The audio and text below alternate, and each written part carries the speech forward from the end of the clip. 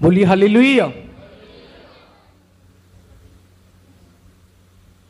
Hallelujah का मतलब सारा आदर, सारी महिमा, सारा जलाल, सारा ऑनर साडे परमेश्वर नूं मिले। यह कोई दुनिया का नारा नहीं आ, किसी इंसान का नारा नहीं आ, कोई धरती का नारा नहीं आ, पर यह नारा आसमान तो आया। बोली हालेलुया। किन्ने भैन भाई खुश ने अपना हाथ दिखाइए हालेलुया। एक बार जोरदार ताड़ी नाल यीशु मसीह का स्वागत करिए, जोरदार ताड़ियां दे नाल। हालेलुया। किन्ने भैन भाई तैयार ने परमेश्वर का वचन सुनने लई? अच्छा, थोड़ा समा परमेश्वर की हजूरी च बतीत करांगे, परमेश्वर के वचन नूं सुनांगे। तुसीं अज बंदगी दे विच नहीं आए, पर तुसीं परमेश्वर के आत्मा द्वारा लियाते गए हो। हालेलुया। तुसीं बंदगी दे विच आए हो। क्यों बंदगी दे विच आए हो? क्योंकि तुसीं परमेश्वर नूं प्यार करदे हो। बोली हालेलुया। तुसीं परमेश्वर नूं प्यार करदे हो, इसलिए तुसीं बंदगी दे विच आए हो। परमेश्वर के वचन नूं सुनने दे लई आए हो, आराधना करने के लिए आए हो, प्रार्थना करने के लिए आए हो। इसका मतलब की आ, असी क्यों आराधना करते हैं, क्यों बंदगी करते हैं, क्यों वचन सुनाने, क्यों प्रार्थना करते हैं? क्योंकि साडे परमेश्वर ने सानू यह काम दिता है। बोली हालेलुया। जो कारपेंटर है, लकड़ का काम करता है, वह लकड़ के बैड बनावेगा, गेट बनावेगा। जो मिस्त्री है वह घरां नूं बनावेगा। जो डेंटर है गड्डियां ठीक करेगा। जो इलैक्ट्रीशियन है वो बिजली का काम करेगा। पर परमेश्वर ने सानू यह काम दिता है, इसलिए असीं यह काम करते हैं। बोली हालेलुया। किन्ने भैन भाई तैयार ने परमेश्वर का वचन सुनने लई? अज मैं तुहानूं दसना चाहना, आत्मा दे नाल चलण वाले लोग किस तरह के हुंदे ने। बोली आत्मा दे नाल चलण वाले लोग किस तरह के हुंदे ने? अपने गवांढी नूं कहिए जाग जा, उन्होंने हिला के कहिए जाग जा। हुण आपदे आप नूं हिला के जाग जा। हालेलुया। वो महान परमेश्वर है, साडी प्रार्थना मन सुनता। आइए पढ़ांगे दूसरा शमूएल 5:17 पढ़िए।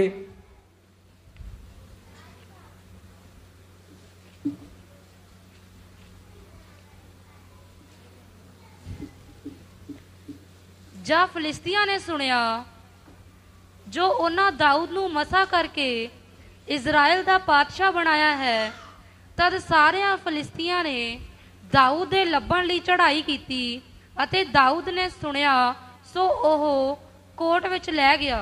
बोली हालेलुया। हालेलुया। इस वर्ष दे विच, इस चैप्टर दे विच, इस आयत दे विच असीं पढ़दे हां, जदों फिलिस्तियां नूं पता लग्या जो इजराइल दे दुश्मन सी वो दाऊद दे उत्ते, शाऊल दे उत्ते चढ़ाई करदे सी, उन्हां ने सुनिया कि दाऊद नूं राजा बनने लिए अभिषेक किया गया, उसनूं मसा किया गया भी हुण इजराइल का दूसरा राजा दाऊद बनेगा। क्योंकि उन्होंने पता सी ये शाऊल दे नाल रहिंदा है, परमेश्वर दे नाल गलबात करदा है, परमेश्वर का अभिषेक इहदे उपर रहिंदा है। उन्होंने की कीता? दाऊद नूं लभना शुरू किया। की शुरू किया? दाऊद नूं लभना शुरू किया। जदों ਆਪਾਂ ਇੱਥੇ पढ़ते हैं, जदों फिलिस्तियां नूं पता लग्या, उन्होंने पता किया कि दाऊद नूं परमेश्वर के दास ने मसा किया है, हुण ओह इजराइल का राजा बनेगा, एक किंग बनेगा। उन्होंने की किया? उसनूं लभना शुरू किया। इसका मतलब की है? जदों दाऊद नूं मसा किया गया सी, किन्ने साल का सी? वो 17 साल का सी। उन्होंने मसा किया गया 17 साल का सी।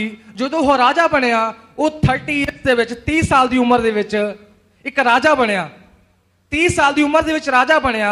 उसने 40 साल राज किया, 33 साल इजराइल दे उत्ते, 7 साल एक होर देश दे उत्ते उसने राज किया।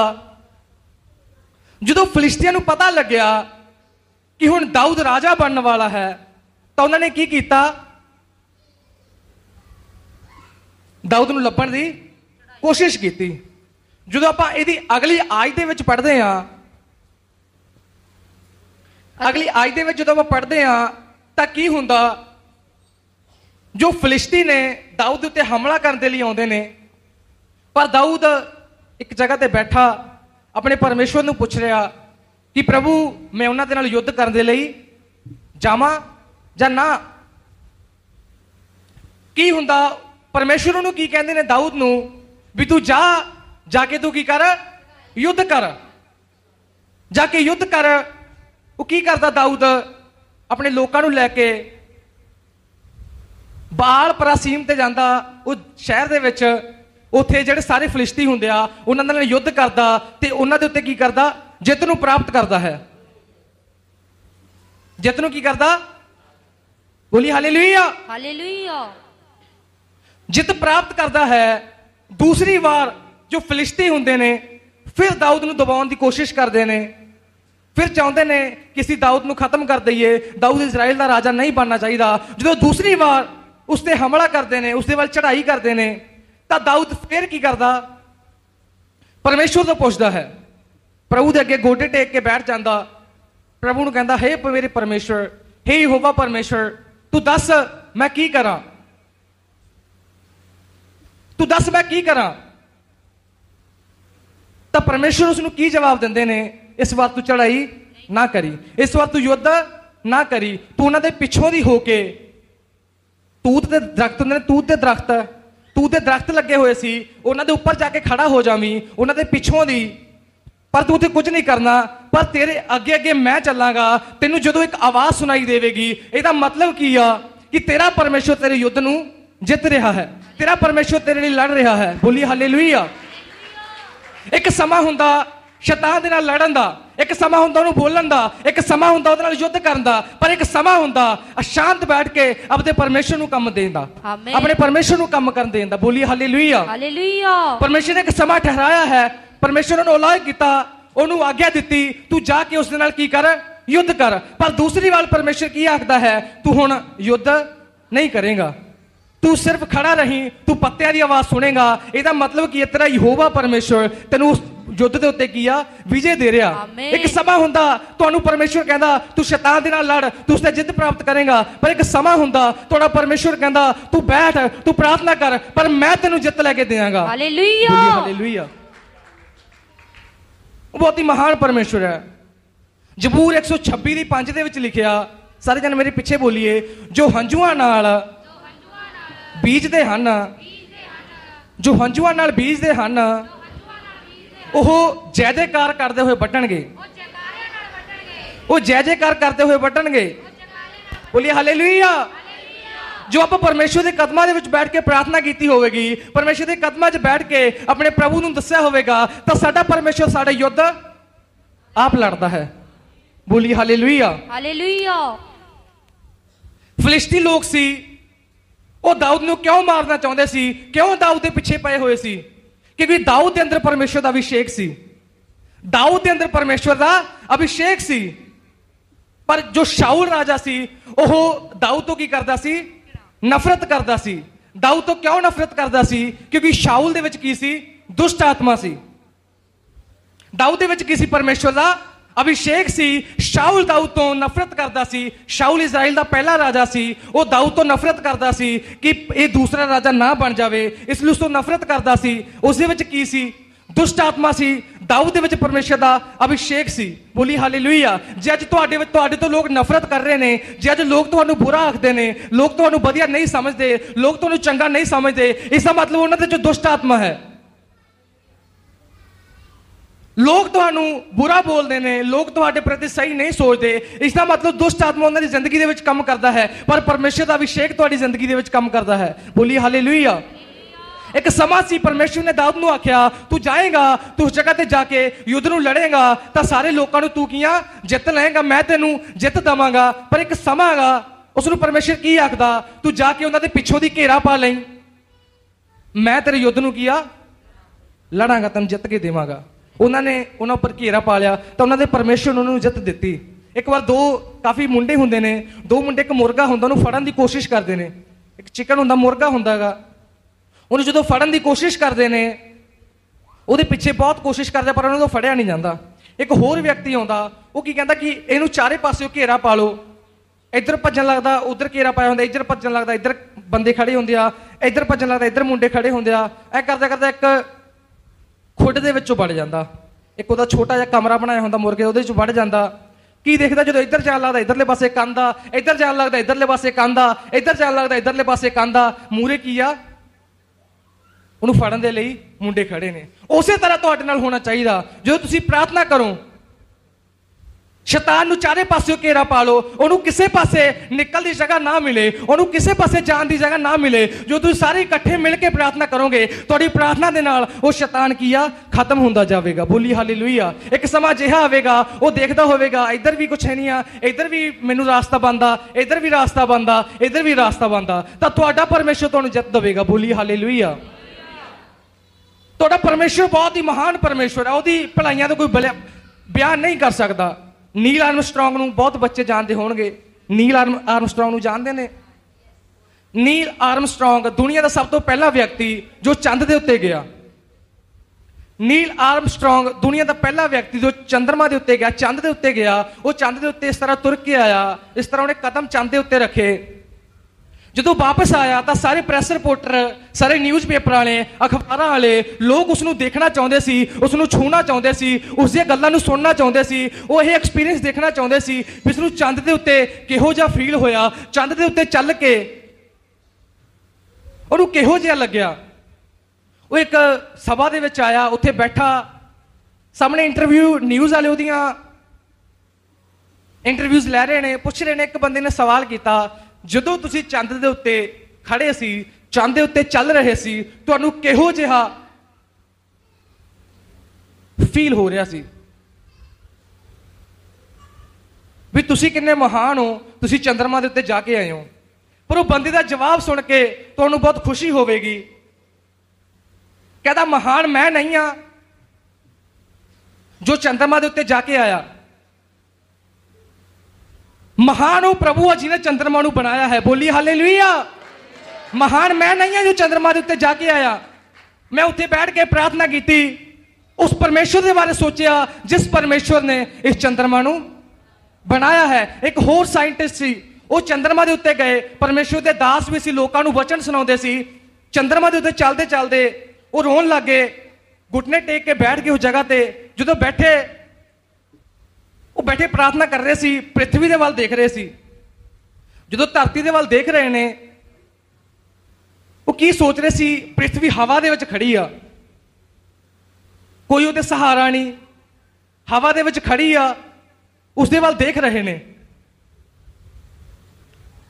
ਉਹਨਾਂ ਨੇ ਪਰਮੇਸ਼ਵਰ ਦਾ ਧੰਨਵਾਦ ਕੀਤਾ ਕਿ ਪ੍ਰਭੂ ਤੁਸੀਂ ਕਿੰਨੇ ਮਹਾਨ ਹੋ, ਜੋ ਧਰਤੀ ਆ, ਜੋ ਪ੍ਰਿਥਵੀ ਆ, ਹਵਾ ਦੇ ਵਿੱਚ ਕਿਸ ਤਰ੍ਹਾਂ ਰੋਟੇਟ ਹੋ ਰਹੀ ਹੈ, ਕਿਸ ਤਰ੍ਹਾਂ ਹਵਾ ਦੇ ਵਿੱਚ ਖੜੀ ਆ। ਪਰ ਮੈਂ ਸੋਚਦਾ ਕਿ ਇਹ ਧਰਤੀ ਹੈ, ਜੋ ਇਹ ਜ਼ਮੀਨ ਹੈ, ਇਹ ਪਰਮੇਸ਼ਵਰ ਦੇ ਅਨੁਗ੍ਰਹਿ ਦੇ ਨਾਲ ਖੜੀ ਹੈ। ਬੋਲੀ ਹਾਲੇਲੂਇਆ। ਬੋਲੀ ਆਮੀਨ। ਸੱਚਮੁੱਚ ਉਹ ਮਹਾਨ ਪਰਮੇਸ਼ਵਰ ਤੁਹਾਡੀ ਜ਼ਿੰਦਗੀ ਦੇ ਵਿੱਚ ਅਦਭੁਤ ਰੀਤੀ ਦੇ ਨਾਲ ਕੰਮ ਕਰਦਾ ਹੈ।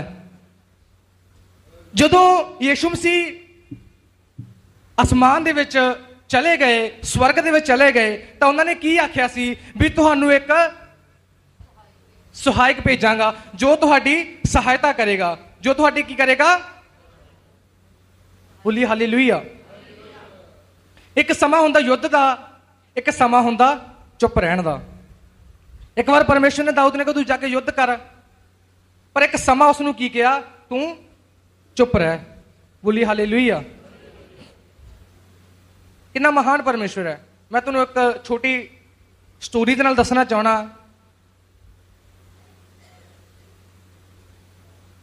ਜਾਪਾਨ ਨੇ ਅਮਰੀਕਾ ਦੇ ਇੱਕ ਪਰਲ ਹੈਵਰ ਨਾਮ ਦੇ ਸ਼ਹਿਰ ਦੇ ਵਿੱਚ ਕੁਝ ਬੰਬ ਸਿੱਟੇ, ਉੱਥੋਂ ਦਾ ਕਾਫੀ ਨੁਕਸਾਨ ਕੀਤਾ। ਉੱਥੋਂ ਉਹਨਾਂ ਨੇ ਕੀ ਕੀਤਾ, ਉਹਨਾਂ ਦੀ ਭਾਸ਼ਾ ਨੂੰ ਸਿੱਖ ਲਿਆ। ਜਦੋਂ ਉਹ ਕੋਈ ਉਹਨਾਂ ਦੇ ਪ੍ਰਤੀ ਹਥਿਆਰ ਚਲਾਉਣਾ ਚਾਹੁੰਦੇ ਸੀ, ਚਲਾਉਣ ਦੀ ਕੋਸ਼ਿਸ਼ ਕਰਦੇ ਸੀ ਵੀ ਅਸੀਂ ਇਹਨਾਂ ਦੇ ਪ੍ਰਤੀ ਇਹਨਾਂ ਨੂੰ ਇਸ ਤਰ੍ਹਾਂ ਮਾਰ ਦੇਵਾਂਗੇ, ਤਾਂ ਜਿਹੜੇ ਜੈਪਨੀਜ਼ ਲੋਕ ਸੀ, ਉਹ ਜਿਹੜੇ ਅਮਰੀਕਨ ਲੋਕ ਸੀ, ਉਹਨਾਂ ਦੀ ਇੰਗਲਿਸ਼ ਲੈਂਗੁਏਜ ਨੂੰ ਜਾਣਦੇ ਸੀ। ਉਹਨਾਂ ਨੂੰ ਪਤਾ ਲੱਗ ਜਾਂਦਾ ਸੀ ਵੀ ਇਹ ਕੀ ਸਾਡੇ ਪ੍ਰਤੀ ਕੀ ਸੋਚ ਰਹੇ ਨੇ, ਸਾਡੇ ਤੇ ਕੀ ਹਮਲਾ ਕਰਨ ਵਾਲੇ ਨੇ। ਇਸ ਲਈ ਉਹਨਾਂ ਦਾ ਕੋਈ ਜ਼ੋਰ ਨਹੀਂ ਚੱਲਦਾ ਸੀ। ਉਹ ਸੋਚਦੇ ਨੇ, ਅਮਰੀਕਾ ਦੇ ਲੋਕ, ਪਰਲ ਹਾਵਰ ਸ਼ਹਿਰ ਦੇ ਨਾਮ ਦੇ ਲੋਕ, ਉਹ ਸੋਚਦੇ ਨੇ ਕਿ ਜੇ ਅਸੀਂ ਕੋਈ ਇਹਨਾਂ ਤੇ ਹਮਲਾ ਕਰਨਾ ਚਾਹੁੰਦੇ ਆ, ਇਹਨਾਂ ਨੂੰ ਡੇਗਣਾ ਚਾਹੁੰਦੇ ਆ, ਪਰ ਇਹਨਾਂ ਨੂੰ ਸਾਡੀ ਭਾਸ਼ਾ ਪਤਾ, ਸਾਡੀ ਭਾਸ਼ਾ ਨੂੰ ਜਾਣਦੇ ਹੋਏ ਇਹ ਸਾਨੂੰ ਆਪਦੇ ਉੱਤੇ ਕੋਈ ਹਮਲਾ ਕਰਨਾ ਨਹੀਂ ਦਿੰਦੇ। ਪਰ ਉੱਥੇ ਉਹਨਾਂ ਨੇ ਇੱਕ ਬੰਦਾ ਲੱਭਿਆ, ਉਹਦਾ ਨਾਮ ਸੀ ਵਿਲੀਅਮ ਜੌਨਸਨ। ਜਦੋਂ ਇੱਕ ਬੰਦਾ ਉਹਨਾਂ ਨੂੰ ਮਿਲਿਆ, ਵਿਲੀਅਮ ਜੌਨਸਨ, ਉਹ ਬੰਦਾ ਇੱਕ ਸਿਵਲ ਇੰਜੀਨੀਅਰ ਸੀ। ਸਿਵਲ ਇੰਜੀਨੀਅਰ ਉਹ ਇੱਕ ਭਾਸ਼ਾ ਬੋਲਦਾ ਸੀ। ਉਸ ਸਮੇਂ ਇੰਡੀਆ ਦੇ ਵਿੱਚ ਸਿਰਫ 1000 ਜਾਣੇ ਉਹ ਭਾਸ਼ਾ ਜਾਣਦੇ ਸੀ। ਉਹ ਭਾਸ਼ਾ ਦਾ ਨਾਮ ਸੀ ਨਵਾਜੋ ਟਰਾਈਬ। ਉਹ ਭਾਸ਼ਾ ਦਾ ਨਾਮ ਸੀ ਨਵਾਜੋ ਟਰਾਈਬ। ਸਿਰਫ ਇੰਡੀਆ ਦੇ ਵਿੱਚ 1000 ਲੋਕ ਉਸ ਭਾਸ਼ਾ ਨੂੰ 27 ਲੋਕ। ਉਸ ਤੋਂ ਬਾਅਦ ਕੀ ਆ, ਉਹ 27 ਲੋਕ ਉਸ ਇੰਡੀਆ ਸ਼ਹਿਰ ਦੇ ਵਿੱਚੋਂ ਇਕੱਠੇ ਕਰਦਾ। ਜਿਹੜੇ ਅਮਰੀਕਾ ਦੇ ਲੋਕ ਹੁੰਦੇ ਨੇ ਉਹਨਾਂ ਨੂੰ ਕੀ ਆ, ਉਹ ਟ੍ਰੇਨਿੰਗ ਦਿੰਦਾ। ਨਵਾਜੋ ਟਰਾਈਬ ਜੋ ਭਾਸ਼ਾ ਹੁੰਦੀ ਆ ਉਸ ਦੀ ਟ੍ਰੇਨਿੰਗ ਦਿੰਦਾ। ਜਦੋਂ ਉਹਨਾਂ ਨੇ ਜਾਪਾਨ ਦੇ ਉੱਤੇ ਹਮਲਾ ਕਰਨਾ ਹੁੰਦਾ, ਉਹ ਆਪਦੀ ਭਾਸ਼ਾ 'ਚ ਬੋਲ ਦਿੰਦੇ ਆ, ਸ਼ੀਸ਼ੂ ਕੁਝ ਵੀ ਬੋਲ ਦਿੰਦੇ ਨੇ। ਉਹਨਾਂ ਨੂੰ ਕੀ ਸਮਝ ਨਹੀਂ ਆਉਂਦਾ। ਉਹ ਕੀ ਕਹਿੰਦੇ ਨੇ ਕਿ ਕੀ ਕਰ ਰਹੇ ਨੇ, ਇਹਨਾਂ ਦੀ ਭਾਸ਼ਾ ਸਾਨੂੰ ਸਮਝ ਨਹੀਂ ਆ ਰਹੀ।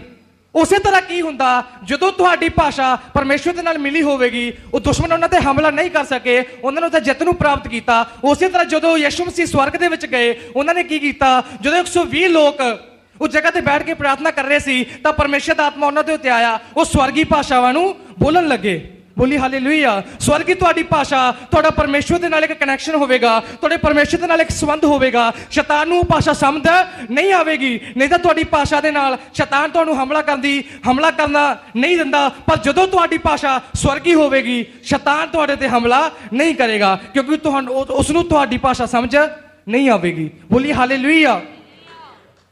ਅੱਜ ਮੈਂ ਤੁਹਾਨੂੰ ਦੱਸਿਆ ਕਿ ਆਤਮਾ ਦੇ ਵਿੱਚ ਚੱਲਣ ਵਾਲੇ ਵਿਅਕਤੀ ਕਿਹੋ ਜਿਹੇ ਹੁੰਦੇ ਨੇ। ਆਤਮਾ ਦੇ ਵਿੱਚ ਚੱਲਣ ਵਾਲੇ ਵਿਅਕਤੀ ਹਮੇਸ਼ਾ ਪਰਮੇਸ਼ਵਰ ਦੀ ਆਵਾਜ਼ ਨੂੰ ਸੁਣਦੇ ਨੇ। ਆਤਮਾ ਦੇ ਵਿੱਚ ਚੱਲਣ ਵਾਲੇ ਲੋਕ ਹਮੇਸ਼ਾ ਪਰਮੇਸ਼ਵਰ ਦੀ ਆਵਾਜ਼ ਨੂੰ ਸੁਣਦੇ ਨੇ। ਬੋਲੀ ਹਾਲੇਲੂਇਆ। ਬੋਲੀ ਆਮੀਨ। ਹਾਲੇਲੂਇਆ। ਆਤਮਾ ਦੇ ਵਿੱਚ ਚੱਲਣ ਵਾਲੇ ਲੋਕ ਹਮੇਸ਼ਾ ਆਪਣੇ ਪਰਮੇਸ਼ਵਰ ਦੀ ਆਵਾਜ਼ ਨੂੰ ਸੁਣਦੇ ਨੇ। ਆਤਮਾ ਦੇ ਵਿੱਚ ਚੱਲਣ ਵਾਲੇ ਲੋਕ ਹਮੇਸ਼ਾ ਆਪਣੇ ਭਵਨ ਦੇ ਵਿੱਚ ਆਪਣੇ ਦਸਵੰਧ ਨੂੰ ਲੈ ਕੇ ਆਉਂਦੇ ਨੇ। ਆਤਮਾ ਦੇ ਵਿੱਚ ਚੱਲਣ ਵਾਲੇ ਲੋਕ ਹਮੇਸ਼ਾ ਆਪਣੇ ਦਾਸ ਦੀਆਂ ਗੱਲਾਂ ਨੂੰ ਮੰਨਦੇ ਨੇ। ਆਤਮਾ ਦੇ ਵਿੱਚ ਚੱਲਣ ਵਾਲੇ ਲੋਕ ਹਮੇਸ਼ਾ ਪ੍ਰਾਰਥਨਾ ਕਰਦੇ ਨੇ। ਆਤਮਾ ਦੇ ਵਿੱਚ ਚੱਲਣ ਵਾਲੇ ਲੋਕ ਹਮੇਸ਼ਾ ਬਾਈਬਲ ਪੜ੍ਹਦੇ ਨੇ। ਆਤਮਾ ਦੇ ਵਿੱਚ ਚੱਲਣ ਵਾਲੇ ਲੋਕ ਪਰਮੇਸ਼ਵਰ ਦੀ ਆਰਾਧਨਾ ਕਰਦੇ ਨੇ। ਜਦੋਂ ਤੁਸੀਂ ਪ੍ਰਾਰਥਨਾ ਕਰੋਗੇ, ਸਾਰੇ ਸ਼ੈਤਾਨੀ ਬੰਧਨ ਟੁੱਟਣਗੇ ਯਿਸੂ ਮਸੀਹ ਦੇ ਸਾਮਰਥ ਨਾਮ ਵਿੱਚ। ਬੋਲੀ ਆਮੀਨ। ਹਾਲੇਲੂਇਆ। ਜਦੋਂ ਤੁਸੀਂ ਪ੍ਰਾਰਥਨਾ ਕਰੋਗੇ, ਸ਼ੈਤਾਨੀ ਸਾਰੇ ਬੰਧਨ ਟੁੱਟਣਗੇ ਯਿਸੂ ਮਸੀਹ ਦੇ ਸਾਮਰਥ ਨਾਮ ਵਿੱਚ। ਉਹ ਭਜਨ ਗਾਉਣੇ ਹੁੰਦੇ ਆ, मांगो तो तुम्हें मिलेगा, ढूंढो तो तुम पाओगे। ਇਹੀ ਸਾਡਾ ਪਰਮੇਸ਼ਰ ਸਾਨੂੰ ਕਹਿੰਦਾ, ਜੋ ਤੁਸੀਂ ਮੇਰੇ ਤੋਂ ਮੰਗੋਗੇ ਮੈਂ ਤੁਹਾਨੂੰ, ਜੋ ਤੁਸੀਂ ਢੂੰਡੋਗੇ ਉਹ ਤੁਸੀਂ।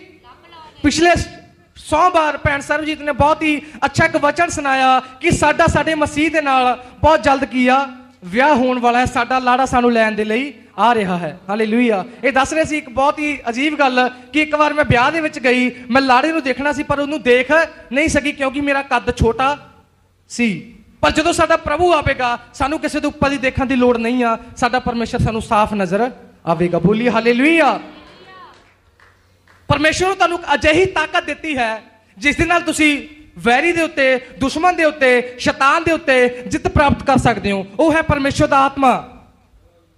ਤੁਸੀਂ ਦੇਖ ਸਕਦੇ ਹੋ ਪੁਰਾਣੇ ਸਮੇਂ ਦੇ ਵਿੱਚ ਜੋ ਪਰਮੇਸ਼ਰ ਦੇ ਦਾਸ ਸੀ, ਉਹ ਆਪਦਾ ਸਿਰ ਕਟਵਾਉਣ ਨੂੰ ਵੀ ਤਿਆਰ ਸੀ। ਕੋਈ ਆਪਦੇ ਕੋੜੇ ਖਾ ਰਿਹਾ, ਕੋਈ ਬੈਂਤਾ ਖਾ ਰਿਹਾ, ਕੋਈ ਆਪਦੇ ਬਾਂਹ ਨੂੰ ਕਟਵਾ ਰਿਹਾ, ਕੋਈ ਲੱਤ ਨੂੰ ਕਟਵਾ ਰਿਹਾ, ਕੋਈ ਪਰਮੇਸ਼ਰ ਦੇ ਲਈ ਮਰ ਰਿਹਾ। ਐਸਾ ਕਿਉਂ ਹੋਇਆ? ਕਿਉਂਕਿ ਉਹਨਾਂ ਨੂੰ ਅਜਿਹਾ ਆਤਮਾ ਦਿੱਤਾ ਗਿਆ, ਉਹਨਾਂ ਨੂੰ ਅਜਿਹੀ ਸਪਿਰਿਟ ਦਿੱਤੀ ਗਈ ਜਿਨ੍ਹਾਂ ਨੇ ਉਹਨਾਂ ਦੇ ਵਿੱਚ ਇੱਕ ਤਾਕਤ ਨੂੰ ਭਰ ਦਿੱਤਾ। ਬੋਲੀ ਆਮੀਨ।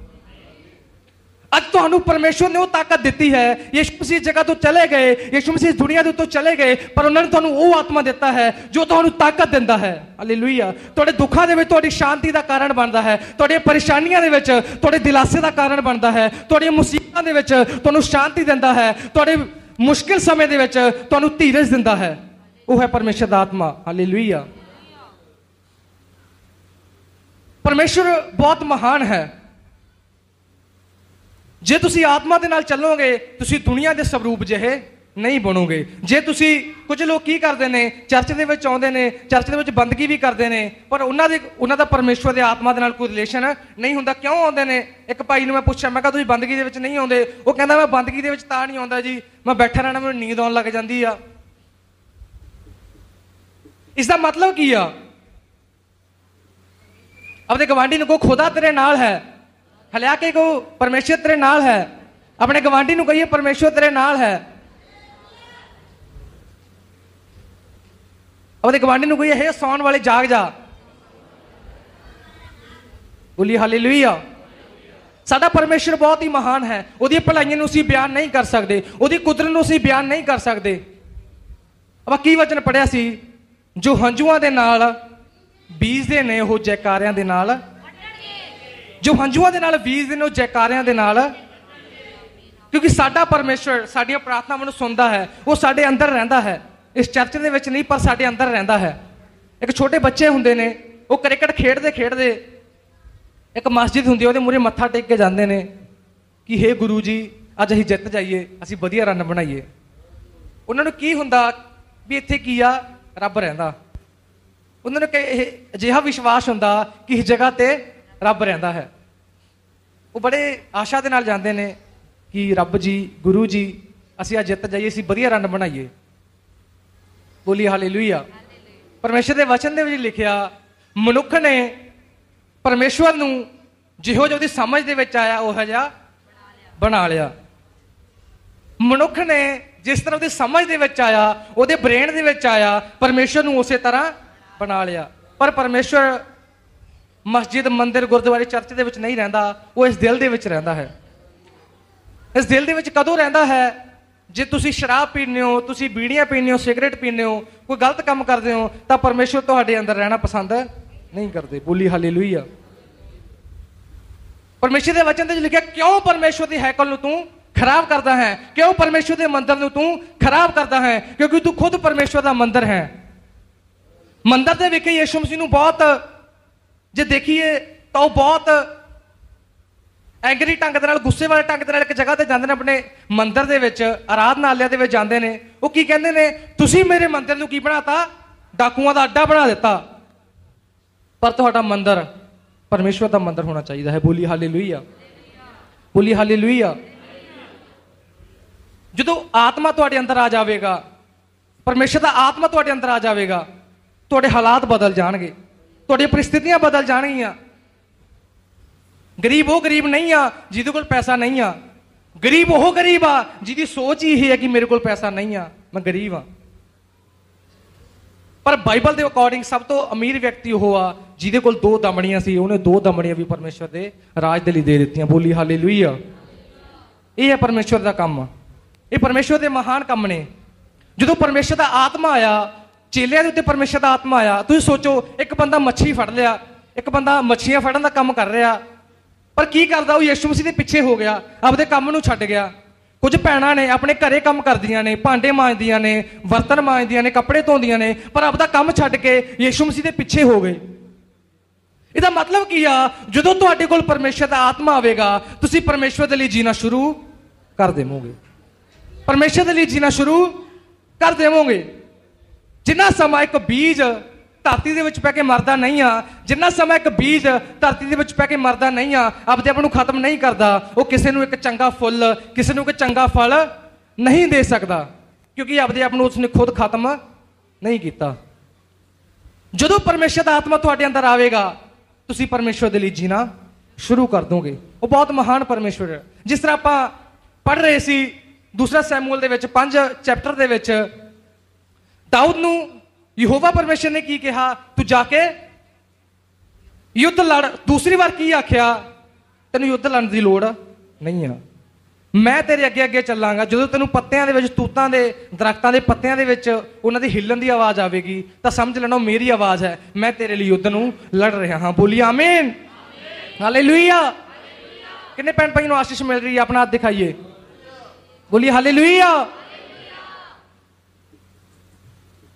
ਹਮੇਸ਼ਾ ਆਪਣੀ ਜ਼ਿੰਦਗੀ ਦੇ ਵਿੱਚੋਂ ਪਰਮੇਸ਼ਰ ਦੀ ਇੱਛਾ ਨੂੰ ਪੂਰਾ ਕਰੀਏ, ਕਿਉਂਕਿ ਉਹ ਸਾਡੇ ਨਾਲ ਗੱਲਬਾਤ ਕਰਨ ਵਾਲਾ ਪਰਮੇਸ਼ਰ ਹੈ। ਅਸੀਂ ਕਿਸੇ ਗੁਰੂ, ਕਿਸੇ ਪੀਰ ਪੈਗੰਬਰ, ਕਿਸੇ ਬਾਬੇ, ਪਰ ਅਸੀਂ ਜਿਉਂਦਾ ਪਰਮੇਸ਼ਰ ਨੂੰ ਮੰਨਦੇ ਹਾਂ। ਅਸੀਂ ਕਿਸੇ ਗੁਰੂ ਨੂੰ ਨਹੀਂ ਮੰਨਦੇ, ਅਸੀਂ ਕਿਸੇ ਪੈਗੰਬਰ ਨੂੰ ਨਹੀਂ ਮੰਨਦੇ, ਪਰ ਅਸੀਂ ਉਸ ਜਿਉਂਦਾ ਪਰਮੇਸ਼ਰ ਨੂੰ ਮੰਨਦੇ ਹਾਂ, ਜੋ ਹਮੇਸ਼ਾ ਸਾਡੇ ਨਾਲ ਰਹਿੰਦਾ ਹੈ, ਜੋ ਹਰ ਸਮੇਂ ਸਾਡੀ ਦੇਖਭਾਲ ਕਰਦਾ ਹੈ, ਜੋ ਹਰ ਸਮੇਂ ਸਾਨੂੰ ਪਿਆਰ ਕਰਦਾ ਹੈ, ਜੋ ਹਰ ਸਮੇਂ ਸਾਨੂੰ ਤਸੱਲੀ ਦਿੰਦਾ ਹੈ, ਜੋ ਹਰ ਸਮੇਂ ਸਾਡੀਆਂ ਪ੍ਰਾਰਥਨਾਵਾਂ ਨੂੰ ਸੁਣਦਾ ਹੈ। ਬੋਲੀ ਆਮੀਨ, ਹਾਲੇਲੂਇਆ। ਮੈਂ ਲਗਾਤਾਰ 3 ਦਿਨਾਂ ਤੋਂ ਪ੍ਰਾਰਥਨਾ ਦੇ ਵਿੱਚ, ਵਰਤ ਦੇ ਵਿੱਚ, ਕਿਉਂਕਿ ਪਰਮੇਸ਼ਵਰ ਦਾ ਕੰਮ ਵਧਾਇਆ ਜਾਵੇ। ਹਾਲੇਲੂਇਆ। ਜਦੋਂ ਇੱਕ ਬੰਦਾ ਮਿਲ ਕੇ ਘਰ ਬਣਾਵੇਗਾ, ਕਿੰਨੇ ਟਾਈਮ 'ਚ ਘਰ ਬਣਾ ਸਕਦਾ? 100 ਦਿਨ ਲੱਗ ਜਾਣਗੇ ਉਹਨੂੰ। ਜੇ 10 ਬੰਦੇ ਮਿਲ ਕੇ ਘਰ ਬਣਾ ਰਹੇ ਨੇ ਉਹ 10 ਦਿਨਾਂ 'ਚ ਬਣਾ ਦੇਣਗੇ। ਜੇ 100 ਬੰਦੇ ਮਿਲ ਕੇ ਘਰ ਬਣਾ ਰਹੇ ਨੇ 1 ਦਿਨ ਦੇ ਵਿੱਚ ਘਰ ਬਣਾ ਦੇਣਗੇ। ਬੋਲੀਏ ਹਾਲੇਲੂਇਆ। ਇਸ ਲਈ ਸਾਰੇ ਭੈਣ ਭਾਈ ਆਪਣੇ ਘਰਾਂ ਦੇ ਵਿੱਚ ਵਰਤ ਰੱਖ ਕੇ ਪ੍ਰਾਰਥਨਾ ਕਰਨਾ ਸ਼ੁਰੂ ਹੋ ਜਾਈਏ। ਜੇ ਤੁਸੀਂ ਬਰਨਾਲੇ ਨੂੰ ਜਿੱਤਣਾ ਚਾਹੁੰਦੇ ਹੋ, ਬੋਲੀਏ ਹਾਲੇਲੂਇਆ। ਜੇ ਤੁਸੀਂ ਇੰਡੀਆ ਨੂੰ ਜਿੱਤਣਾ ਚਾਹੁੰਦੇ ਹੋ, ਜੇ ਤੁਸੀਂ ਪਰਮੇਸ਼ਵਰ ਦੇ ਲਈ ਰੂਹਾਂ ਨੂੰ ਤਿਆਰ ਕਰਨਾ ਚਾਹੁੰਦੇ ਹੋ, ਪ੍ਰਭੂ ਦੇ ਲਈ ਲੋਕਾਂ ਨੂੰ ਜਿੱਤਣਾ ਚਾਹੁੰਦੇ ਹੋ, ਆਪਣੇ ਘਰਾਂ ਦੇ ਵਿੱਚ ਪ੍ਰਾਰਥਨਾ ਕਰਨੀ ਸ਼ੁਰੂ ਕਰ ਦਿਓ। ਜਦੋਂ ਉਹਨਾਂ ਨੇ ਝੁੰਡ ਆਲੇ ਦੁਆਲੇ ਇੱਕ ਝੁੰਡ ਬਣਾ ਲਿਆ, 120 ਲੋਕਾਂ ਦੇ ਉੱਤੇ ਜਦੋਂ ਪਵਿੱਤਰ ਆਤਮਾ ਆਇਆ, ਉਹਨਾਂ ਨੇ ਝੁੰਡ ਬਣਾ ਕੇ ਪ੍ਰਾਰਥਨਾ ਕੀਤੀ ਤਾਂ ਹਜ਼ਾਰਾਂ ਲੋਕ ਉਹਨਾਂ ਦੇ ਵੱਲ ਭੱਜੇ ਆਉਂਦੇ ਸੀ। ਹਜ਼ਾਰਾਂ ਲੋਕ ਉਹਨਾਂ ਦੇ ਵੱਲ ਆਉਂਦੇ ਸੀ। ਉਹ ਕੀ ਕਹਿੰਦੇ ਸੀ ਵੀ ਇਹ ਕਿੱਦਾਂ ਬੋਲ ਰਹੇ ਨੇ, ਸਾਡੀ ਯੂਨਾਨੀ ਭਾਸ਼ਾ, ਸਾਡੀ ਯਹੂਦੀ ਭਾਸ਼ਾ, ਸਾਡੀ ਐਰਾਮਿਕ ਭਾਸ਼ਾ, ਸਾਡੀ ਇਜ਼ਰਾਈਲੀ ਭਾਸ਼ਾ, ਇਹ ਲੋਕ ਕਿਸ ਤਰ੍ਹਾਂ ਬੋਲ ਰਹੇ ਨੇ। ਉਹਨਾਂ ਦੇ ਵਿੱਚ ਕੀ ਆ ਗਈ ਸੀ? ਤਾਕਤ ਆ ਗਈ ਸੀ। ਜਦੋਂ ਪਰਮੇਸ਼ਰ ਦਾ ਆਤਮਾ ਉਹਨਾਂ ਦੇ ਉੱਤੇ ਆਇਆ, ਬਹੁਤ ਸਾਰੇ ਲੋਕ ਕੀ ਆ ਉੱਥੇ ਬਚਾਏ ਗਏ। ਬੋਲੀ ਹਾਲੇਲੂਇਆ। ਜਦੋਂ ਪਰਮੇਸ਼ਰ ਦਾ ਆਤਮਾ ਤੁਹਾਡੇ ਉੱਤੇ ਆਵੇਗਾ, ਪਰਮੇਸ਼ਰ ਦਾ ਆਤਮਾ ਹਰ ਸਮੇਂ ਤੁਹਾਨੂੰ ਲੀਡ ਕਰਦਾ, ਹਰ ਸਮੇਂ ਤੁਹਾਨੂੰ ਅਗਵਾਈ ਕਰਦਾ, ਪਰ ਤੁਸੀਂ ਪਰਮੇਸ਼ਰ ਦੇ ਆਤਮਾ ਦੀ ਆਵਾਜ਼ ਨਹੀਂ ਸੁਣਦੇ। ਪਰਮੇਸ਼ਰ ਦੇ ਆਤਮਾ ਨੂੰ ਤੁਸੀਂ ਲੋਕ ਕੀ ਕਰਦੇ ਨੇ? ਡਿਸਮਿਸ ਕਰ ਦਿੰਦੇ ਨੇ, ਸਾਈਡ ਤੇ ਕਰ ਦਿੰਦੇ ਨੇ, ਪਰ ਆਪਣੀ ਯੋਜਨਾਵਾਂ ਨੂੰ ਪੂਰਾ ਕਰਦੇ ਨੇ। ਪਰ ਜੋ ਯਿਸੂ ਮਸੀਹ ਦੇ ਲਈ ਜੀਂਦੇ ਨੇ, ਯਿਸੂ ਮਸੀਹ ਵੀ ਉਹਨਾਂ ਲਈ ਕੰਮ ਕਰਨਾ ਸ਼ੁਰੂ ਕਰ ਦਿੰਦੇ ਨੇ। ਜੋ ਯਿਸੂ ਦੇ ਲਈ ਜੀਂਦੇ ਨੇ, ਯਿਸੂ ਮਸੀਹ ਉਹਨਾਂ ਦੇ ਲਈ ਕੰਮ ਕਰਨਾ ਸ਼ੁਰੂ ਕਰ ਦਿੰਦੇ ਨੇ। ਯਿਸੂ ਮਸੀਹ ਨੇ ਹਰੇਕ ਭੈਣ ਨੂੰ, ਹਰੇਕ ਭਾਈ ਨੂੰ ਚੰਗਾ ਕਰਨ ਤੋਂ ਬਾਅਦ ਕੀ ਆਖਿਆ? ਚੰਗਾ ਕਰਨ ਤੋਂ ਬਾਅਦ ਕੀ ਆਖਿਆ? ਵੀ ਜਾ ਹੁਣ ਤੂੰ ਪਾਪ ਨਾ ਕਰੀ, ਜਾ ਹੁਣ ਪਾਪ ਨਾ ਕਰੀ। ਪਰ ਲੋਕ ਕੀ ਆ? ਮਸੀਹ ਦੇ ਵਿੱਚ ਆ ਕੇ ਵੱਧ ਪਾਪ ਕਰਦੇ ਨੇ। ਇਸ ਲਈ ਕਹਿੰਦੇ ਨੇ ਕਿ ਸਾਨੂੰ ਆਸ਼ੀਸ਼ਾਂ ਨਹੀਂ ਮਿਲੀਆਂ, ਸਾਨੂੰ ਬਰਕਤਾਂ ਨਹੀਂ ਮਿਲੀਆਂ। ਸਭ ਤੋਂ ਵੱਡੀ ਆਸ਼ੀਸ਼ ਕੀ ਆ? ਕਿ ਸਾਡਾ ਪ੍ਰਭੂ ਸਾਡੇ ਨਾਲ ਹੈ। ਹਾਲੇਲੂਇਆ। ਸਭ ਤੋਂ ਵੱਡੀ ਬਰਕਤ ਕੀ ਆ? ਕਿ ਸਾਡੇ ਯਿਸੂ ਮਸੀਹ ਨੇ ਆ ਸਾਨੂੰ ਜ਼ਿੰਦਾ ਰੱਖਿਆ ਹੈ। ਸਭ ਤੋਂ ਵੱਡੀ ਬਰਕਤ ਕੀ ਆ? ਸਾਡਾ ਪਰਮੇਸ਼ਰ ਸਾਨੂੰ ਰੋਜ਼ ਖਾਣ ਦੇ ਲਈ ਰੋਟੀ ਦਿੰਦਾ ਹੈ, ਸਾਨੂੰ ਰੋਜ਼ ਪੀਣ ਦੇ ਲਈ ਪਾਣੀ ਦਿੰਦਾ ਹੈ, ਸਾਨੂੰ ਕੱਪੜੇ ਦਿੰਦਾ ਹੈ, ਸਾਡੀਆਂ ਜ਼ਰੂਰਤਾਂ ਨੂੰ ਪੂਰਾ ਕਰਦਾ ਹੈ, ਸਾਡੀਆਂ ਵਸਤੂਆਂ ਨੂੰ ਪੂਰਾ ਕਰਦਾ ਹੈ। ਸਭ ਤੋਂ ਵੱਡੀ ਆਸ਼ੀਸ਼ ਇਹ ਆ। ਮਸੀਹ ਦੇ ਵਿੱਚ ਆ ਕੇ ਕੁਝ ਭੈਣ ਭਾਈ ਸੋਚਦੇ ਨੇ ਸਾਨੂੰ ਕੋਠੀ ਮਿਲ ਜਾਵੇਗੀ, ਸਾਨੂੰ ਕਾਰ ਮਿਲ ਜਾਵੇਗੀ, ਸਾਨੂੰ ਬੰਗਲਾ ਮਿਲ ਜਾਵੇਗਾ, ਪਰ ਇਹ ਮਸੀਹ ਦੀ ਯੋਜਨਾ ਨਹੀਂ ਆ। ਮਸੀਹ ਦੇ ਵਿੱਚ ਆ ਕੇ ਤੁਹਾਡਾ ਸਭ ਤੋਂ ਵੱਡਾ ਏਮ ਕੀ ਹੋਣਾ ਚਾਹੀਦਾ? ਕਿ ਮੈਂ ਆਪਣੇ ਪ੍ਰਭੂ ਦੇ ਲਈ ਜੀਆਂ, ਮੈਂ ਆਪਣੇ ਪ੍ਰਭੂ ਦੇ ਲਈ ਜੀਵਾਂ। ਪਰਮੇਸ਼ਰ ਦੇ ਬਹੁਤ ਹੀ ਮਹਾਨ ਦਾਸ 1918 ਚ ਉਹਨਾਂ ਦਾ ਜਨਮ ਹੋਇਆ, 2018 ਦੇ ਵਿੱਚ ਉਹਨਾਂ ਦੀ ਡੈਥ ਹੋਈ। ਪਾਸਟਰ ਬਿਲੀ ਗ੍ਰਾਮ ਨੂੰ ਕਿੰਨੇ ਭੈਣ ਭਾਈ ਜਾਣਦੇ ਨੇ? ਬਹੁਤ ਭੈਣ ਭਾਈ ਪਾਸਟਰ ਬਿਲੀ ਗ੍ਰਾਮ ਨੂੰ ਜਾਣਦੇ ਨੇ। ਉਹ ਇੱਕ ਜਗ੍ਹਾ ਤੇ ਫੁੱਟਬਾਲ ਗਰਾਊਂਡ ਦੇ ਵਿੱਚ ਇੱਕ ਪ੍ਰਚਾਰ ਕਰ ਰਹੇ ਸੀ। ਉੱਥੇ ਇੱਕ ਸਟੋਰੀ ਦੱਸ ਰਹੇ ਸੀ। ਬਹੁਤ ਨੌਜਵਾਨ ਆਏ ਹੋਏ ਸੀ, ਬਹੁਤ ਹੀ ਨੌਜਵਾਨ। ਉਹ ਦੱਸ ਰਹੇ ਸੀ ਇੱਕ ਲੜਕਾ ਸੀ, ਉਹ ਬਹੁਤ ਡਰੱਗਸ ਲੈਂਦਾ ਸੀ, ਬਹੁਤ ਨਸ਼ਾ ਕਰਦਾ ਸੀ, ਸ਼ਰਾਬ ਪੀਂਦਾ ਸੀ, ਬੀੜੀਆਂ ਪੀਂਦਾ ਸੀ, ਹਰੇਕ ਪ੍ਰਕਾਰ ਦਾ ਨਸ਼ਾ ਉਹ ਕਰਦਾ ਸੀ। ਉਸਦੇ ਕੋਲ ਬਹੁਤ ਪੈਸੇ ਸੀ। ਇੱਕ ਦਿਨ ਉਸਨੇ ਨਸ਼ਾ ਕਰ ਕਰਕੇ ਸਾਰੇ ਪੈਸੇ ਖਤਮ ਕਰ ਦਿੱਤੇ। ਘਰਦਿਆਂ ਤੋਂ ਪੈਸੇ ਲੈਂਦਾ ਸੀ, ਉਹ ਵੀ ਪੈਸੇ ਖਤਮ ਕਰ ਦਿੱਤੇ। ਫਿਰ ਉਸਨੇ ਕੀ ਕੀਤਾ? ਘਰੋਂ ਚੀਜ਼ਾਂ ਵੇਚਣੀਆਂ ਸ਼ੁਰੂ ਕਰ ਦਿੱਤੀਆਂ। ਚੀਜ਼ਾਂ ਵੇਚਣੀਆਂ ਜਦੋਂ ਸ਼ੁਰੂ ਕੀਤੀਆਂ, ਉਸ ਦੇ ਨਾਲ ਵੀ ਕੰਮ ਨਹੀਂ ਬਣਿਆ। ਇੱਕ ਦਿਨ ਉਸਨੇ ਬਹੁਤ ਹੀ ਵੱਡਾ ਪਾਪ ਕੀਤਾ ਕਿ ਇੱਕ ਦੁਕਾਨ ਦੇ ਉੱਤੇ ਚੋਰੀ ਕਰ ਲਈ, ਨਸ਼ਾ ਕਰਨ ਦੇ ਲਈ ਚੋਰੀ ਕਰ ਲਈ। ਉਸ ਤੋਂ ਬਾਅਦ ਕੀ ਪੁਲਿਸ ਉਸ ਨੂੰ ਫੜ ਕੇ ਲੈ ਜਾਂਦੀ ਆ, ਜੇਲ੍ਹ ਦੇ ਵਿੱਚ ਚਲਿਆ ਜਾਂਦਾ। ਜੇਲ੍ਹ ਦੇ ਵਿੱਚ ਇੱਕ ਪਰਮੇਸ਼ਰ ਦਾ ਦਾਸ ਉਸਨੂੰ ਪਰਮੇਸ਼ਰ ਦਾ ਵਚਨ ਸੁਣਾਉਣ ਦੇ ਲਈ ਜਾਂਦੇ ਨੇ। ਉੱਥੇ ਉਹਨਾਂ ਨੂੰ ਪਰਚਾ ਦੇ ਕੇ ਕਹਿੰਦੇ ਨੇ ਕਿ ਯਿਸੂ ਮਸੀਹ ਤੈਨੂੰ ਪਿਆਰ ਕਰਦੇ ਨੇ, ਉਹ ਤੈਨੂੰ ਬਚਾਉਣਾ ਚਾਹੁੰਦੇ ਨੇ। ਯਿਸੂ ਮਸੀਹ ਤੇਰੇ ਨਸ਼ਿਆਂ ਤੋਂ ਤੈਨੂੰ ਆਜ਼ਾਦ ਕਰਨਾ ਚਾਹੁੰਦੇ ਨੇ, ਤੇਰੀ ਇਹ ਭੈੜੀ ਬਿਮਾਰੀ ਤੋਂ ਤੈਨੂੰ ਆਜ਼ਾਦ ਕਰਨਾ ਚਾਹੁੰਦੇ ਨੇ। ਉਹ ਭਾਈ ਕੀ ਕਹਿੰਦਾ ਕਿ ਮੈਂ ਯਿਸੂ ਮਸੀਹ ਨੂੰ ਆਪਣਾ ਜੀਵਨ ਦੇਵਾਂਗਾ ਜੇ ਯਿਸੂ ਮਸੀਹ ਮੈਨੂੰ ਬਦਲ ਦੇਣ। ਉਹ ਆਪਣੇ ਘਰੇ ਇੱਕ ਲੈਟਰ ਲਿਖਦੇ ਆ। ਉਹ ਭਾਈ ਘਰੇ ਆਪਦੇ ਲੈਟਰ ਲਿਖਦਾ ਕਿ ਮੈਂ ਆਪਣੇ ਘਰੇ ਆਉਣਾ ਚਾਹੁੰਦਾ। ਜਦੋਂ ਦੀ ਜ਼ਮਾਨਤ ਦੇ ਵਿੱਚ 15 ਦਿਨ ਰਹਿ ਜਾਂਦੇ ਨੇ, ਲੈਟਰ ਲਿਖਦਾ ਕਿ ਮੈਂ ਘਰੇ ਆਉਣਾ ਚਾਹੁੰਦਾ, ਕਿ ਤੁਸੀਂ ਮੈਨੂੰ ਘਰੇ ਐਕਸੈਪਟ ਕਰੋਗੇ। ਕਿਉਂਕਿ ਉਸਨੂੰ ਆਪਣੇ ਜਦੋਂ ਫੜਿਆ ਗਿਆ ਸੀ ਉਸ ਤੋਂ 15 ਦਿਨ ਪਹਿਲਾਂ ਆਪਣੇ ਘਰੋਂ ਬਾਹਰ ਚਲਿਆ ਗਿਆ ਸੀ। ਕਿ ਤੁਸੀਂ ਮੈਨੂੰ ਐਕਸੈਪਟ ਕਰੋਗੇ? ਥੋੜੇ ਦਿਨ ਉਹਦਾ ਰਿਪਲਾਈ ਨਹੀਂ ਆਉਂਦਾ। ਫਿਰ ਇੱਕ ਲੈਟਰ ਲਿਖਦਾ ਕਿ ਤੁਸੀਂ ਮੈਨੂੰ ਐਕਸੈਪਟ ਕਰੋਗੇ ਜੇ ਮੈਂ ਘਰੇ ਆਵਾਂ। ਉਹ ਰਿਪਲਾਈ ਨਹੀਂ ਆਉਂਦਾ। ਤੀਸਰੀ ਵਾਰ ਉਹ ਲਾਸਟ 'ਚ ਲਿਖਦਾ ਕਿ ਕਹਿੰਦਾ ਕਿ ਜੇ ਤੁਸੀਂ ਇਸ ਮੇਰੇ ਲੈਟਰ ਦਾ ਰਿਪਲਾਈ ਨਾ ਦਿੱਤਾ, ਮੇਰੀ ਹੁਣ ਰਿਹਾਈ ਦਾ ਸਮਾਂ ਗਾ, ਮੈਂ ਘਰੇ ਆਵਾਂਗਾ। ਜੇ ਮੈਨੂੰ ਘਰ ਦੇ ਬਾਹਰ ਇੱਕ ਪੀਲਾ ਝੰਡਾ ਲੱਗਿਆ ਹੋਇਆ ਮਿਲ ਜਾਵੇਗਾ ਤਾਂ ਮੈਂ ਸਮਝਾਂਗਾ ਤੁਸੀਂ ਮੈਨੂੰ ਐਕਸੈਪਟ ਕਰ ਲਿਆ, ਮੈਂ ਘਰੇ ਆ ਸਕਦਾ ਹਾਂ। ਪੀਲਾ ਝੰਡਾ ਗੇਟ ਦੇ ਉੱਤੇ ਲੱਗਿਆ ਮੈਨੂੰ ਮਿਲ ਗਿਆ ਤਾਂ ਮੈਂ ਸਮਝਾਂਗਾ ਤੁਸੀਂ ਮੈਨੂੰ ਐਕਸੈਪਟ ਕਰ ਲਿਆ। ਉਹਦੇ ਵਿੱਚ ਐਂ ਵੀ ਲਿਖਦਾ ਕਿ ਮੈਂ ਯਿਸੂ ਮਸੀਹ ਨੂੰ ਗ੍ਰਹਿਣ ਕਰ ਲਿਆ, ਹੁਣ ਮੈਂ ਕੋਈ ਵੀ ਨਸ਼ਾ ਨਹੀਂ ਕਰਾਂਗਾ। ਜਦੋਂ ਉਹਦੀ ਰਿਹਾਈ ਦਾ ਦਿਨ ਹੁੰਦਾ, ਜੇਲ੍ਹ ਦੇ ਵਿੱਚੋਂ ਬਾਹਰ ਜਾਂਦਾ, ਜਦੋਂ ਜਿਸ ਰਾਸਤੇ ਤੇ ਉਸਨੇ ਜਾਣਾ ਹੁੰਦਾ, ਜਿਸ ਰਾਸਤੇ ਤੇ ਉਸਨੇ ਆਪਣੇ ਘਰ ਨੂੰ ਵਾਪਿਸ ਜਾਣਾ ਹੁੰਦਾ, ਉਹ ਦੇਖਦਾ ਸਾਰੇ ਰਾਸਤੇ ਦੇ ਵਿੱਚ ਪੀਲੇ ਝੰਡੇ ਲੱਗੇ ਹੁੰਦੇ ਨੇ। ਸਾਰੇ ਰਾਸਤੇ ਦੇ ਵਿੱਚ ਪੀਲੇ ਝੰਡੇ ਲੱਗੇ ਹੁੰਦੇ ਨੇ। ਅੱਜ ਤੁਹਾਡੇ ਲਈ ਵੀ ਸਵਰਗ ਦੇ ਵਿੱਚ ਪੀਲੇ ਝੰਡੇ ਲੱਗੇ ਹੋਏ ਨੇ। ਪਰਮੇਸ਼ਰ ਤੁਹਾਨੂੰ ਬੁਲਾ ਰਿਹਾ ਹੈ। ਬੋਲੀ ਹਾਲੇਲੂਇਆ। ਅੱਜ ਸਵਰਗ ਦੇ ਵਿੱਚ ਪਰਮੇਸ਼ਰ ਨੇ ਤੁਹਾਡੇ ਲਈ ਪੀਲਾ ਝੰਡਾ ਲਗਾਇਆ ਹੋਇਆ ਹੈ। ਉਹ ਤੁਹਾਨੂੰ ਬੁਲਾ ਰਿਹਾ ਹੈ ਕਿ ਤੁਸੀਂ ਤਿਆਰ ਹੋ ਪਰਮੇਸ਼ਰ ਦੇ ਨਾਲ ਜਾਣ ਦੇ ਲਈ। ਬੋਲੀ ਆਮੀਨ। ਜੋ ਲੋਕ ਪਰਮੇਸ਼ਰ ਦੀ ਆਵਾਜ਼ ਨੂੰ ਸੁਣਦੇ ਨੇ ਉਹ ਹਮੇਸ਼ਾ ਪ੍ਰਭੂ ਦੇ ਲਈ ਜਿਉਂਦੇ ਨੇ। ਜੋ ਪਰਮੇਸ਼ਰ ਦੇ ਆਤਮਾ ਦੀ ਆਵਾਜ਼ ਨੂੰ ਸੁਣਦੇ ਨੇ ਉਹ ਹਮੇਸ਼ਾ ਪ੍ਰਭੂ ਦੇ ਲਈ ਜਿਉਂਦੇ ਨੇ, ਕਿਉਂਕਿ ਉਹਨਾਂ ਦਾ ਜ਼ਿੰਦਾ ਪਰਮੇਸ਼ਰ ਉਹਨਾਂ ਦੀਆਂ ਪ੍ਰਾਰਥਨਾਵਾਂ ਨੂੰ ਸੁਣਦਾ ਹੈ। ਜਦੋਂ ਤੁਸੀਂ ਪਰਮੇਸ਼ਰ ਤੋਂ ਸਾਮਰਥ ਪਾਈ, ਪਰਮੇਸ਼ਰ ਦਾ ਆਤਮਾ ਇਹ ਨਹੀਂ ਆ ਕਿ ਇਕੱਲਾ ਚਰਚ ਦੇ ਵਿੱਚ ਆ ਕੇ ਤੁਸੀਂ ਬੰਦਗੀ ਕਰ ਲਈ, ਚਰਚ ਦੇ ਵਿੱਚ ਆ ਕੇ ਅੰਨ੍ਹਿਆ ਭਾਸ਼ਾ 'ਚ ਬੋਲ ਲਿਆ, ਚਰਚ ਦੇ ਵਿੱਚ ਆ ਕੇ ਬੰਦਗੀ ਕਰ ਲਈ, ਉਸ ਤੋਂ ਬਾਅਦ ਘਰੇ ਜਾ ਕੇ ਸ਼ਾਂਤ ਹੋ ਕੇ ਪੈ ਗਏ। ਸਵੇਰੇ ਸ਼ਾਮ ਦੁਪਹਿਰੇ ਰਾਤ ਨੂੰ ਪਰਮੇਸ਼ਰ ਦੇ ਆਤਮਾ ਦੇ ਵਿੱਚ ਭਰ ਕੇ ਪ੍ਰਾਰਥਨਾ ਕਰੋ ਤਾਂ ਸਾਰੇ ਬੰਧਨ ਟੁੱਟ ਜਾਣਗੇ ਯਿਸੂ ਮਸੀਹ ਦੇ ਸਾਮਰਥ ਨਾਲ ਵਿੱਚ। ਹਾਲੇਲੂਇਆ। ਅੱਜ ਮੈਂ ਕਿਤੇ ਬਾਹਰ ਜਾਣਾ, ਮੈਂ ਥੋੜੇ ਸਮੇਂ ਦੇ ਵਿੱਚ ਸਮਾਪਤ ਕਰਾਂਗਾ। ਇੱਕ ਲਾਸਟ ਤੁਹਾਨੂੰ ਇੱਕ ਸੱਚੀ ਘਟਨਾ ਦੱਸ ਕੇ ਮੈਂ ਤੁਹਾਨੂੰ ਸਮਾਪਤ ਕਰਨਾ ਚਾਹਣਾ। 1921 ਦੇ ਵਿੱਚ ਇੱਕ ਡੇਵਿਡ ਫਲੱਡ ਤੇ ਉਹਦੀ ਪਤਨੀ ਦਾ ਨਾਮ ਆ ਸਵੇਆ ਫਲੱਡ। ਉਹ ਦੋਨੇ ਪਤੀ ਪਤਨੀ ਸੀ। ਉਹਨਾਂ ਨੂੰ ਪਰਮੇਸ਼ਰ ਦਾ ਇੱਕ ਦਰਸ਼ਨ ਆਇਆ। ਕੀ ਦਰਸ਼ਨ ਆਇਆ? ਕਿ ਤੁਸੀਂ ਅਫਰੀਕਾ ਦੇ ਵਿੱਚ ਜਾ ਕੇ ਸੇਵਕਾਈ ਕਰਨੀ ਆ। ਬਹੁਤ ਘੱਟ ਲੋਕ ਅਫਰੀਕਾ ਦੇ ਵਿੱਚ ਜਾਂਦੇ ਨੇ, ਕਿਉਂਕਿ 1921 ਦੇ ਵਿੱਚ ਉੱਥੇ ਕੋਈ ਵੀ ਇੱਕ ਜਣ ਵੀ ਯਿਸੂ ਮਸੀਹ ਦੇ ਬਾਰੇ ਜਾਣਦਾ ਨਹੀਂ ਸੀ। ਜਦੋਂ ਉਹਨਾਂ ਨੂੰ ਕਿਹਾ ਤੁਸੀਂ ਉੱਥੇ ਜਾ ਕੇ ਸੇਵਕਾਈ ਕਰਨੀ ਆ, ਉੱਥੇ ਜਾ ਕੇ ਮਿਨਿਸਟਰੀ ਕਰਨੀ ਆ, ਉਹਨਾਂ ਨੇ ਕੀ ਕੀਤਾ? ਆਪਦਾ ਬੈਗ ਭਰਿਆ ਕੱਪੜਿਆਂ ਦਾ, ਅਫਰੀਕਾ ਦੇ ਵਿੱਚ ਚਲੇ ਗਏ। ਸਵੀਡਨ ਦੇ ਵਿੱਚ ਰਹਿੰਦੇ ਸੀ। ਸਵੀਡਨ ਤੋਂ ਸਾਊਥ ਅਫਰੀਕਾ ਦੇ ਵਿੱਚ ਚਲੇ ਗਏ। ਅਫਰੀਕਾ ਦੇ ਵਿੱਚ ਜਾ ਕੇ ਉਹਨਾਂ ਨੇ ਕੀ ਸੋਚਿਆ ਕਿ ਹੁਣ ਅਸੀਂ ਇੱਥੇ ਬੰਦਗੀ ਕਰਨੀ। ਇੱਕ ਪਿੰਡ ਦੇ ਵਿੱਚ ਗਏ, ਉਹਨਾਂ ਦੇ ਸਰਦਾਰ ਨੂੰ ਬੁਲਾਇਆ ਕਿ ਸਾਨੂੰ ਰਹਿਣ ਦੇ ਲਈ ਕਿਰਾਏ ਤੇ ਇੱਕ ਘਰ ਦੇ ਦਿਓ, ਕੋਈ ਕਮਰਾ ਦੇ ਦਿਓ। ਉਹ ਸਰਦਾਰ ਉਹਨਾਂ ਨੂੰ ਕੀ ਆਖਦਾ? ਉਹ ਪਿੰਡ ਦਾ ਜੋ ਸਰਦਾਰ ਹੁੰਦਾ ਉਹਨੂੰ ਕੀ ਕਹਿੰਦਾ ਕਿ ਤੁਸੀਂ ਇੱਥੇ ਪ੍ਰਭੂ ਦਾ ਕੰਮ ਨਹੀਂ ਕਰ ਸਕਦੇ, ਮੈਂ ਤੁਹਾਨੂੰ ਇੱਥੇ ਕਮਰਾ ਨਹੀਂ ਦੇ ਸਕਦਾ, ਇਸ ਪਿੰਡ ਦੇ ਵਿੱਚ ਤੁਹਾਨੂੰ ਘਰ ਨਹੀਂ ਦੇ ਸਕਦਾ, ਤੁਸੀਂ ਅੱਗੇ ਜਾ ਕੇ ਪਿੰਡ ਤੋਂ ਬਾਹਰ ਜਾ ਕੇ ਕਿਤੇ ਵੀ ਰਹਿ ਸਕਦੇ ਹੋ। ਉਹ ਬਾਹਰ ਜਾ ਕੇ ਕੀ ਕਰਦੇ ਨੇ? ਇੱਕ ਘਰ ਬਣਾ ਲੈਂਦੇ ਨੇ, ਮਿੱਟੀ ਦਾ ਘਰ ਬਣਾ ਲੈਂਦੇ ਨੇ, ਇੱਕ ਕੱਚਾ ਘਰ ਬਣਾਉਂਦੇ ਨੇ। ਉੱਥੇ ਰਹਿਣਾ ਉਹ ਕੀ ਕਰ ਦਿੰਦੇ ਨੇ? ਸ਼ੁਰੂ ਕਰ ਦਿੰਦੇ ਨੇ। ਬਹੁਤ ਸਮਾਂ ਸੇਵਾ ਕਰਦੇ ਨੇ, 1 ਸਾਲ ਲਗਭਗ ਸੇਵਾ ਕਰਦੇ ਨੇ। ਉਹਨਾਂ ਕੋਲ ਕੋਈ ਨਹੀਂ ਆਉਂਦਾ। ਇੱਕ ਬੱਚਾ ਉਹਨਾਂ ਨੂੰ ਬਹੁਤ ਪਿਆਰ ਕਰਦਾ ਹੁੰਦਾ। ਰੋਜ਼ ਉਹਨਾਂ ਦੇ ਲਈ ਇੱਕ ਮੁਰਗੀ ਲੈ ਕੇ ਆਉਂਦਾ, ਆਂਡੇ ਲੈ ਕੇ ਆਉਂਦਾ, ਉਹਨਾਂ ਦੇ ਲਈ ਦੁੱਧ ਲੈ ਕੇ ਆਉਂਦਾ, ਉਹਨਾਂ ਦੇ ਖਾਣ ਦੇ ਲਈ ਲੈ ਕੇ ਆਉਂਦਾ। ਤਾਂ ਕੀ ਹੁੰਦਾ? ਪਰਮੇਸ਼ਵਰ ਦੀ ਆਵਾਜ਼ ਉਸ ਭੈਣ ਨੂੰ ਆਉਂਦੀ ਆ, ਸਵੇਆ ਫਲੱਡ ਨੂੰ, ਕਿ ਤੂੰ ਉਸ ਬੱਚੇ ਨੂੰ ਪਰਮੇਸ਼ਵਰ ਦਾ ਵਚਨ ਸੁਣਾ। ਇਸ ਬੱਚੇ ਨੂੰ ਕੀ? ਪਰਮੇਸ਼ਵਰ ਦਾ ਵਚਨ ਸੁਣਾ। ਉਹ ਭੈਣ ਉਸ ਬੱਚੇ ਨੂੰ ਪਰਮੇਸ਼ਵਰ ਦਾ ਵਚਨ ਸੁਣਾਉਂਦੀ ਆ। 1 ਸਾਲ ਦੇ ਬਾਅਦ ਜੋ ਭੈਣ ਹੁੰਦੀ ਆ ਉਹ ਪ੍ਰੈਗਨੈਂਟ ਹੁੰਦੀ ਆ। ਉਸ ਸਮੇਂ ਉਸ ਸ਼ਹਿਰ ਦੇ ਵਿੱਚ ਮਲੇਰੀਏ ਦਾ ਦੌਰ ਚੱਲ ਰਿਹਾ ਹੁੰਦਾ। ਜਦੋਂ ਉਹ ਇੱਕ ਬੇਟੀ ਨੂੰ ਜਨਮ ਦਿੰਦੀ ਆ, ਬੇਟੀ ਜਦੋਂ 17 ਦਿਨਾਂ ਦੀ ਹੁੰਦੀ ਆ ਤਾਂ ਉਸਦੀ ਮਾਤਾ ਦੀ ਕੀ ਆ, ਜਿਹੜੀ ਸਵੇਆ ਫਲੱਡ ਹੁੰਦੀ ਆ, ਉਸਦੀ ਕੀ ਆ? ਡੈਥ ਹੋ ਜਾਂਦੀ ਆ। ਜੋ ਬੇਟੀ 17 ਸਾਲ ਦੀ ਹੁੰਦੀ ਆ ਉਹਦੀ ਮਾਤਾ ਦੀ ਕੀ ਆ? ਡੈਥ ਹੋ ਜਾਂਦੀ ਆ। ਜਿਸ ਨੂੰ ਪ੍ਰਭੂ ਨੇ ਕੀ ਕਿਹਾ ਸੀ? ਤੂੰ ਅਫਰੀਕਾ ਦੇ ਵਿੱਚ ਜਾ ਕੇ ਮੇਰੀ ਗਵਾਹੀ ਦੇਈਂ, ਲੋਕਾਂ ਨੂੰ ਬਚਾਈ। ਉਸਦੀ ਮਾਤਾ ਦੀ ਡੈਥ ਹੋ ਜਾਂਦੀ ਆ। ਉਸਦੀ ਬੱਚੀ 17 ਦਿਨਾਂ ਦੀ ਆ। ਉਸਦਾ ਪਿਤਾ ਬਹੁਤ ਰੋਂਦਾ। ਉੱਥੇ ਆਪਦੀ ਘਰ ਵਾਲੀ ਦੀ ਕਬਰ ਪੱਟ ਕੇ ਉਸਨੂੰ ਉੱਥੇ ਦਫਨ ਕਰ ਦਿੰਦਾ।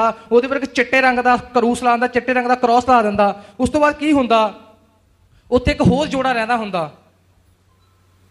ਉਹ ਰਿਕਸ਼ਨ ਫੈਮਿਲੀ 'ਚ ਹੁੰਦੇ ਨੇ। ਉੱਥੇ ਹੋਰ ਜੋੜਾ ਰਹਿੰਦਾ।